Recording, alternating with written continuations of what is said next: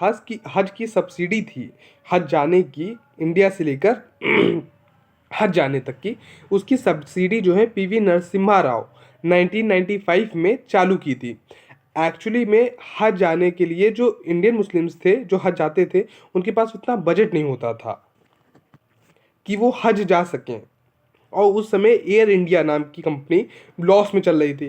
तो पीवी नरसिम्हा राव ने सोचा कि जो है ऐसे एयर इंडिया को भी पैसा मिल जाएगा, और जो हज जाने वाले मुस्लिम डिवोटी हैं, मुस्लिम कम्युनिटी है, उसके जो है वोटिंग भी मिलती रहेगी हमको।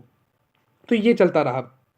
इससे क्या हुआ, अब हज की जो जाने की थी एयर इंडिया, एक्चुअली मुस्लिम्स को कोई पैसा नहीं मिल रहा था, लेकिन जो हज जाने की फैसिलिटी थी खाली वो प्रोवाइड की जा रही थी, जिसमें एयर इंडिया को पैसा मिल रहा था। एयर इंडिया एक लॉस मेकिंग कंपनी थी, उसको प्रॉफिटेबल करने के लिए और मदद करने के लिए डायरेक्ट जो है एयर इंडिया को मदद करते तो वो सही नहीं होता।